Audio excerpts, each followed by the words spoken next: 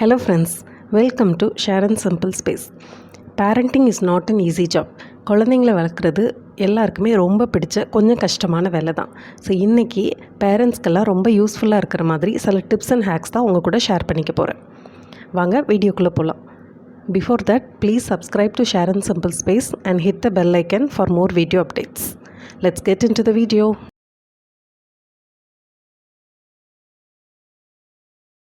நம்ம குழந்தைங்களுக்குலாம் ரொம்ப பிடிச்ச பார்பி டாலோட ஹேர் கொஞ்ச நாளில் இப்படி தான் அசிங்கமாக ஆகிடும். இதை எப்படி சரி பண்ணலாம் அப்படின்னா, இங்கே ஒரு பவுலில் ஒரு டேபிள் ஸ்பூன் கம்ஃபர்ட்டர் சேர்த்துக்கிறேன். நீங்கள் எந்த ஃபேப்ரிக் சாஃப்ட்னர்னாலும் யூஸ் பண்ணலாம். கூடவே கொஞ்சம் தண்ணி சேர்த்துட்டு நல்லா மிக்ஸ் பண்ணி விட்டுருங்க.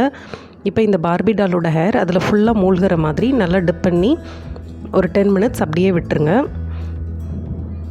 இப்போ ஒரு 10 நிமிஷம் கழித்து இந்த ஹேரை நம்ம நல்லா தண்ணியில் க்ளீன் பண்ணிக்கலாம்.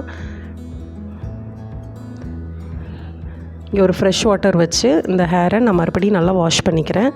தலையில் எந்த ரெசிடியும் இல்லாமல் பார்த்துக்கணும்.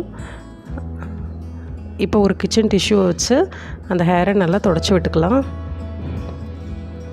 இப்போ ஒரு கோம்பு வச்சு கீழேருந்து மேலே நல்லா சிக்கல் எடுத்து விட்டுக்கோங்க. தலைமுடி நல்லா காஞ்ச பிறகு இந்த பார்பி டாலோட ஹேர் நம்ம வாங்கும்போது இருந்த மாதிரி ரொம்ப அழகாக மாறிடும். இப்போ பாருங்கள், ஹேர் நல்லா ஷைனிங்காக ட்ரான்ஸ்ஃபார்ம் ஆகிருக்கு.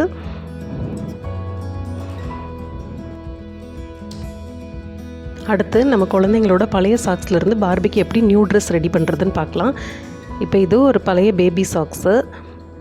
இப்போ இந்த சாக்ஸை நேராக இது மாதிரி எடுத்து வச்சுருங்க.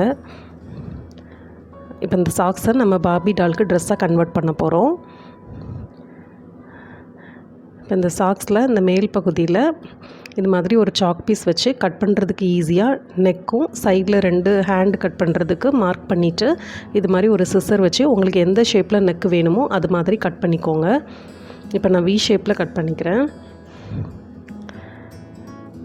இப்போ பாருங்கள், நெக் கட் பண்ணியாச்சு. சைடில் 2 கைக்காக 2 ஹோல் கட் பண்ணியிருக்கேன். இப்போ இதை நம்ம பார்பிக்கு போட்டு விட்டுடலாம். ஸோ ரொம்ப நல்லாயிருக்கு. இது மாதிரி நம்ம ஓல்ட் சாக்ஸ்லேருந்து பார்பிக்கு நியூ ட்ரெஸ் ரெடி பண்ணலாம். நம்ம குழந்தைங்க பெயிண்ட் பண்ணும்போது இது மாதிரி பெயிண்ட் ப்ரஷ் டிப் பண்ணுற டம்ளரை தெரியாமல் தள்ளி விட்டுட்டாங்க அப்படின்னா அந்த பெயிண்ட் ஃபுல்லாக வேஸ்ட்டாக போயிடும். அதை எப்படி அவாய்ட் பண்ணலாம் அப்படின்னா, நான் இங்கே ஒரு பலூன் எடுத்திருக்கேன். ஸோ இந்த பலூனோட மேற்பகுதியை சிசர் வச்சு கட் பண்ணிக்கிறேன். கட் பண்ணிவிட்டு இந்த பலூனை அந்த டம்ளரில் நம்ம மாட்டி விட்டுறலாம்.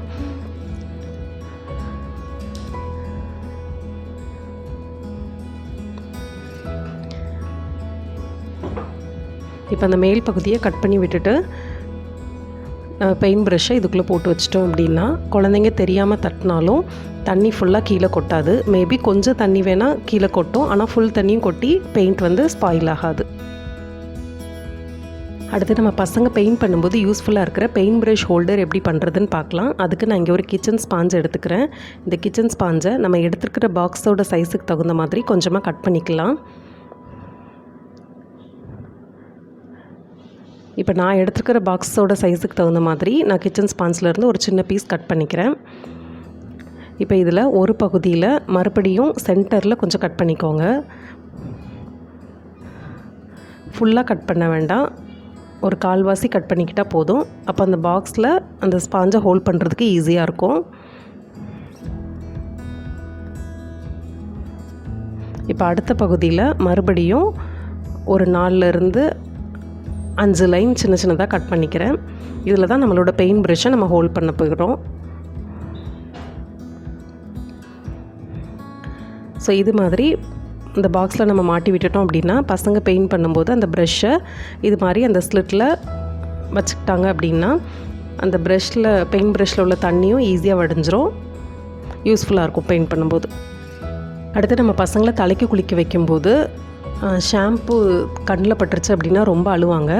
அதுக்கு என்ன பண்ணலாம் அப்படின்னா, இப்படி ஷாம்பு போட்டுட்டு தண்ணி ஊற்றுறதுக்கு முன்னாடி ஒரு நல்ல டவலை அவங்கக்கிட்ட கொடுத்து கண்ணில் நல்லா க்ளோஸ் பண்ணிக்க சொல்லிட்டோம் அப்படின்னா அந்த ஷாம்பு தண்ணி எதுவுமே கண்ணுக்குள்ளே போகாது, அவங்களுக்கும் எந்த எரிச்சலும் இருக்காது. இப்போ குழந்தைங்களுக்கு ஒரு சாஃப்டான ஐஸ் பேக் எப்படி பண்ணுறதுன்னு பார்க்கலாம். அதுக்கு நான் இங்கே ஒரு கிச்சன் ஸ்பாஞ்ச் எடுத்துக்கிறேன். இதை 2 சின்ன பீஸாக கட் பண்ணிக்கிறேன். இப்போ இந்த 2 பீஸையும் தண்ணியில் நல்லா டிப் பண்ணிவிட்டு ஒரு ஜிப்லாக் பேக்கில் போட்டு வைக்க போகிறேன். நம்ம இது மாதிரி கிச்சன் ஸ்பாஞ்சை தண்ணியில் நல்லா டிப் பண்ணிட்டு ஒரு ஜிப்லாக் பேக்கில் போட்டு ஃப்ரீசரில் போட்டு வச்சிட்டோம் அப்படின்னா குழந்தைங்களுக்கு ஒரு வேளை எதுலையாவது அடிபட்டுருச்சு அப்படின்னா நம்ம டைரெக்டாக ஐஸ் கட்டியை டவல் எதுலையாவது கட்டி வச்சோம் அப்படின்னா தண்ணியும் வடிஞ்சிக்கிட்டே இருக்கும், அவங்களுக்கு ரொம்ப சில்லுன்னு இருக்கும். அப்படி இல்லாமல் இது மாதிரி நம்ம வச்சோம் அப்படின்னா ரொம்ப சில்லுன்னும் இருக்காது, சாஃப்டாகவும் இருக்கும். குழந்தைங்களுக்கு இது ரொம்ப ஹெல்ப்ஃபுல்லாக இருக்கும். நம்ம குழந்தைங்களுக்கு ஐஸ்கிரீம் சாப்பிட கொடுக்கும்போது அப்படியே கொடுத்தோம் அப்படின்னா அது ஐஸ்கிரீம் எல்லாம் அவங்க சாப்பிட்டு முடிக்கிறதுக்குள்ளே அப்படியே கையெல்லாம் வடிஞ்சிரும். அதை எப்படி அவாய்ட் பண்ணலாம் அப்படின்னா, இது மாதிரி ஒரு கப் கேக் லைனரை ஐஸ்கிரீமில் மாட்டிட்டு இப்படி சாப்பிட கொடுத்துட்டிங்க அப்படின்னா என்ன வடிஞ்சாலும் அது அந்த கப் கேக் லைனர்லேயே கலெக்ட் ஆகிக்கும். குழந்தைங்க வாஷ் பேஷனில் கை கழுவும் போது அது அவங்களுக்கு சரியாக எட்டாது, ரொம்ப அப்படி உண்ணிக்கிட்டு தான் கை கழுவ வேண்டியது இருக்கும். ஸோ அதுக்கு நம்ம என்ன பண்ணலாம் அப்படின்னா, இது மாதிரி எம்டியான ஷாம்பு பாட்டிலோ இல்லைனா ஏதாவது ஒரு லோஷன் பாட்டிலோ உங்கள் ஜிங்க்கு டேப்புக்கு கரெக்டாக இருக்கிற மாதிரி ஏதாவது ஒரு பாட்டிலை எடுத்துகிட்டு கீழ்ப்பகுதியை கட் பண்ணிவிட்டு இது மாதிரி மாட்டி விட்டுருங்க. ஸோ நம்ம இது மாதிரி மாட்டி விடும்போது இந்த டேப் வந்து ஒரு எக்ஸ்டென்ஷன் மாதிரி இருக்கும், குழந்தைங்களுக்கும் கை கழுவுறதுக்கு ஈஸியாக இருக்கும். பசங்க டாய்ஸ் எல்லாம் எல்லா இடத்துலையும் போட்டு விளையாடுவாங்க, அடிக்கடி வாயிலையும் வைப்பாங்க, அதனால் அதில் நிறைய ஜெர்ம்ஸ் டெவலப் பண்ணுறதுக்கு சான்சஸ் இருக்குது. ஸோ அதை நம்ம எப்படி க்ளீன் பண்ணலாம் அப்படின்னா, இங்கே நான் ஒரு 2 பக்கெட் வச்சுருக்கேன். ஒரு பக்கெட்டில் கொஞ்சமாக பேபி ஷாம்பு ஆட் பண்ணிவிட்டு டாய்ஸ் எல்லாத்தையுமே அதில் போட்டு வைக்கிறேன். அடுத்த பக்கெட்டில் கொஞ்சமாக வினிகர் ஆட் பண்ணிக்கிறேன்.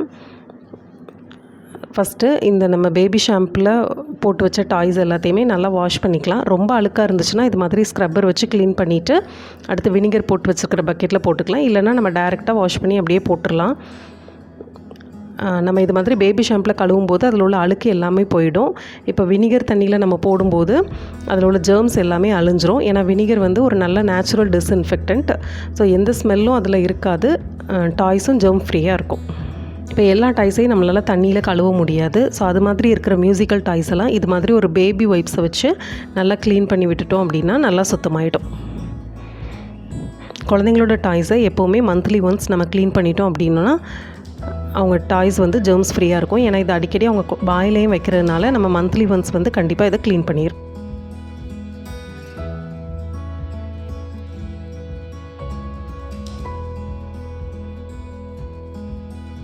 நம்ம செலோ டேப்போ பேக்கிங் டேப்போ யூஸ் பண்ணும்போது அதோட லாஸ்ட் எண்டை கண்டுபிடிக்கிறதுக்கு ரொம்ப கஷ்டமாக இருக்கும்.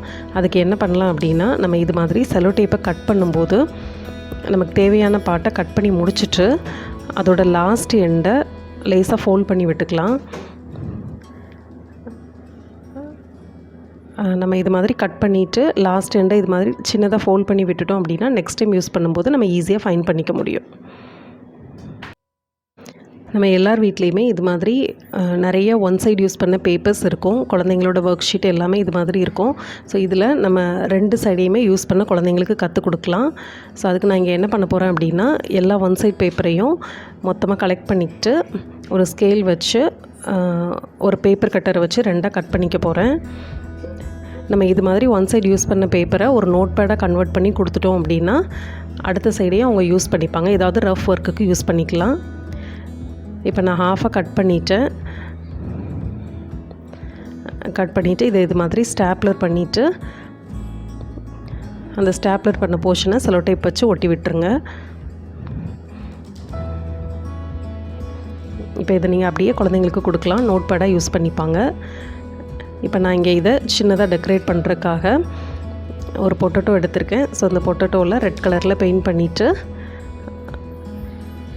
இது மாதிரி வெஜிடபிள்ஸ் வச்சு உங்களுக்கு என்ன ஷேப் பிடிக்குமோ இது மாதிரி சின்னதாக ஆர்ட் ஒர்க் பண்ணி கொடுக்கலாம்.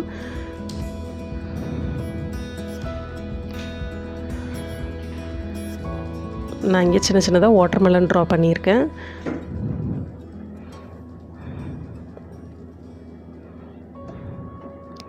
நீங்கள் அப்படியே யூஸ் பண்ணாலும் பண்ணலாம், இல்லைன்னா இது மாதிரி பண்ணி கொடுத்தோங்கன்னா குழந்தைங்களுக்கும் இன்ட்ரெஸ்ட்டாக யூஸ் பண்ண நல்லாயிருக்கும். நான் இன்னொரு ஹாஃபை இது மாதிரி ஒரு கார்ட்போர்டு வச்சு பேஸ்ட் பண்ணிக்க போகிறேன்.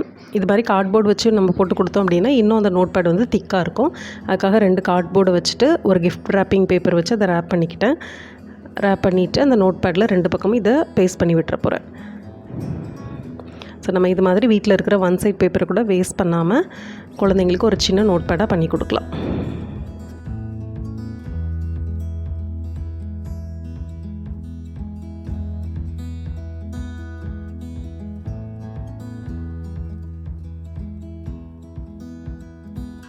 உங்களுக்கு இந்த வீடியோ பிடிச்சிருந்துச்சுன்னா லைக் பண்ணுங்கள், கமெண்ட் பண்ணுங்கள், உங்கள் ஃப்ரெண்ட்ஸோட ஷேர் பண்ணுங்கள். தேங்க்யூ ஸோ மச் ஃபார் வாட்சிங். I will see you in my next video. Bye bye.